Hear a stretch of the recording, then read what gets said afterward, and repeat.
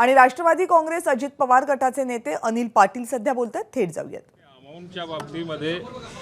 अमाऊंटच्या बाबतीमध्ये सगळे पंचनामे आपल्यापर्यंत प्राप्त झाल्यानंतरच त्याच्यावरती निर्णय होईल।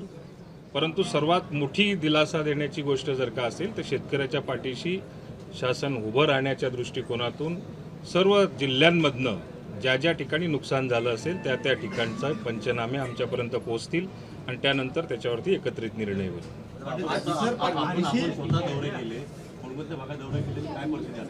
साधारण आतापर्यंत जी काही अंदाज आहे, प्राथमिक अंदाज जो आहे तो 18 जिल्ह्यांमध्ये प्रामुख्याने याच्यात नुकसान झालेलं दिसतंय। अंतिम अहवाल यायचा अजून बाकी आहे। अंतिम अहवाल लवकरात लवकर प्राप्त होईल। शेतकऱ्याच्या दृष्टिकोनातून सर्वांचे पंचनामे झाले पाहिजे, ज्यांचं नुकसान झालं असेल त्यांचे पंचनामे झाले पाहिजे। सर्वात जास्त नुकसान जर का असेल तर नाशिक जिल्ह्यामधलं द्राक्ष असेल, कांदा असेल, टोमॅटो असेल, विदर्भामध्ये धानच्या स्वरूपामध्ये असेल, काही भाताचं नुकसान झालं असेल, भाजीपाल्याचं नुकसान झालं असेल, याचे सगळे पंचनामे जे आहेत ते डिटेल पंचनामे हे लवकरात लवकर सादर होतील आणि त्याच्यावरती एकत्रित निर्णय होईल।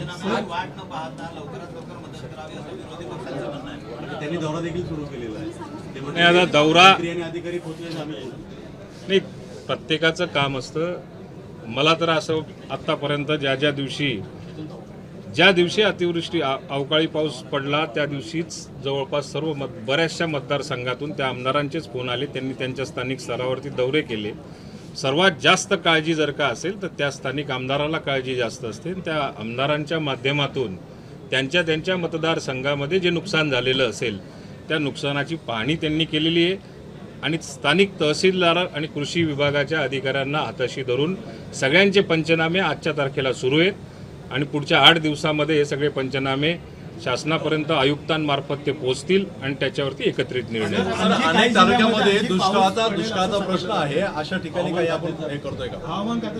दुष्काळाचा जो बऱ्याच ठिकाणी फटका बसलेला आहे त्या ठिकाणी काही मदत देण्याचा आज दुष्काळाचा विषय जो होता तो याच्यापूर्वी झालेला आहे। 40 तालुके आपले दुष्काळ म्हणून घोषित झालेले आहेत। जवळपास 1021 मंडळ जे होते ते मंडळ सदृश्य दुष्काळ परिस्थितीमध्ये त्यांची घोषणा झालेली आहे।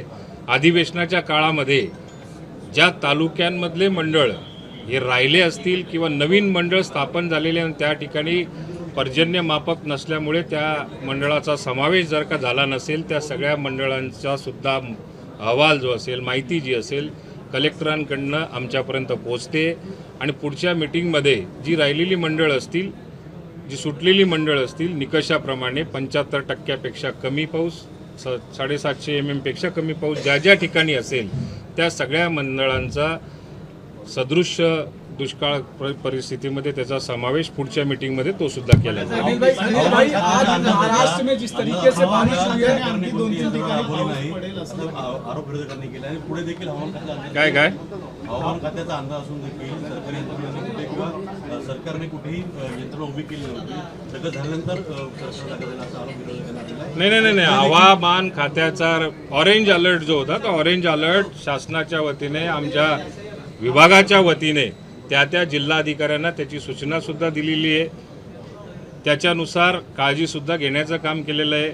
आत्ता वस्तुस्थिती ज्या ठिकाणी लाईटनिंगमुळे असेल, वीज पडल्यामुळे असेल किंवा गारपिटीमुळे काही मृत्युमुखी पडलेले असतील त्यांची सुद्धा मदत कालच संध्याकाळपर्यंत बऱ्याच जिल्ह्यांमध्ये त्याची वाटप झालेली आहे। जे जनावरं असतील, लहान जनावरं असतील, मोठी जनावरं असतील, त्यांचं सुद्धा समजा ज्याचा मृत्युमुखी पडलेले असतील किंवा जखमी झालेले असतील ती सुद्धा कलेक्टरांकडनं त्याची कारवाई त्या जिल्हाधिकाऱ्यांच्या माध्यमातून ती सुरू आहे। मराठीमध्ये विखे पाटील म्हणतायत, सर विखे पाटील म्हणतायत, सर मराठी